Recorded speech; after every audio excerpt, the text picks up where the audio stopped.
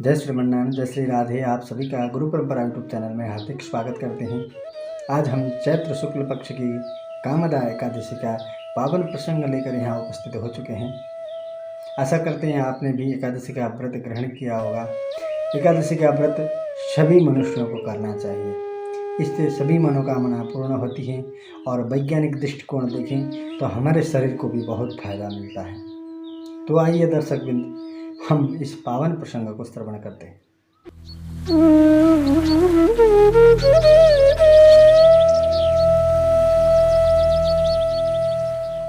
युधिष्ठिर जी भगवान से प्रश्न करते हैं, प्रभु आपने विविध एकादशी व्रत का पावन प्रसंग श्रवण कराया, इस चैत्र शुक्ल पक्ष की एकादशी के बारे में भी विस्तार पूर्वक बताने की कृपा करें।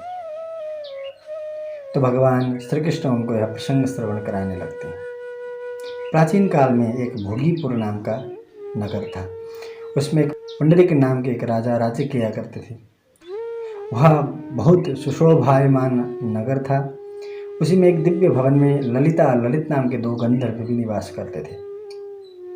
उन दोनों में बहुत स्नेह था, वह बिछड़ के नहीं रह सकते थे। एक दिन की बात है, ललित गंधर्व पुंडरीक की सभा में बैठकर गान गा रहा था। तो अचानक उसे अपनी प्रियतमा ललिता का स्मरण होता है। तो वह गाते गाते स्वर बिगड़ जाता है। तो उसी समूह में एक करकोट नाम का नाग रहता है।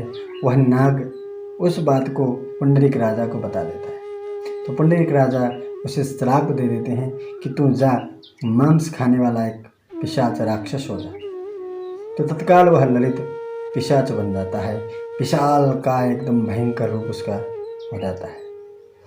तो वह वनों में विचरण करने लगता है, बहुत दुख सहन करने लगता है। तो उसकी प्रियतमा पत्नी जो ललिता थी, उसको बहुत चिंता होती है, मेरे पति को बहुत दुख कष्ट हो रहा है। तो वह वो पति का पीछा करते करते एक दिन श्रृंग ऋषि के आश्रम में पहुंचती है और अपने पति का जो दुख था उसके बारे में बताती है। तो श्रृंग ऋषि ललिता से कहते हैं, अब आने वाली चैत्र शुक्ल पक्ष की कामदा एकादशी का व्रत करो और उस व्रत का जो फल है अपने पति को दान कर दो। तो इससे क्या होगा कि तुम्हारे पति का जो श्राप है वह नष्ट हो जाएगा और वह पुनः अपने गंधर्व रूप में वापस आ जाएगा। तो इतना कहने पर ललिता कामदा एकादशी का विधि पूर्वक व्रत करती है और अपने पति को दान कर देती है। तो दान करने के प्रभाव से ललित अपने श्राप से मुक्त होकर पुनः गंधर्व हो जाता है। तो उसके बाद ललिता और ललित साथ में विचरण करने लगते हैं। तो भगवान कहते हैं, यह कामदा एकादशी की संक्षिप्त महिमा थी। इसकी महिमा बता के नहीं कह सकते, इसको अनुभव करना पड़ता है। इसकी बहुत बड़ी महिमा है। तो आप सभी भगत बंधुओं से यह निवेदन है कि एकादशी का जो पावन दिन है, इस दिन में आपको व्रत उपवास करना चाहिए। दिन भर भगवान में मन लगाना चाहिए। इस दिन काम क्रोध आदि सब को त्याग कर केवल भगवान के भजन कीर्तन और कथा में मन लगना चाहिए।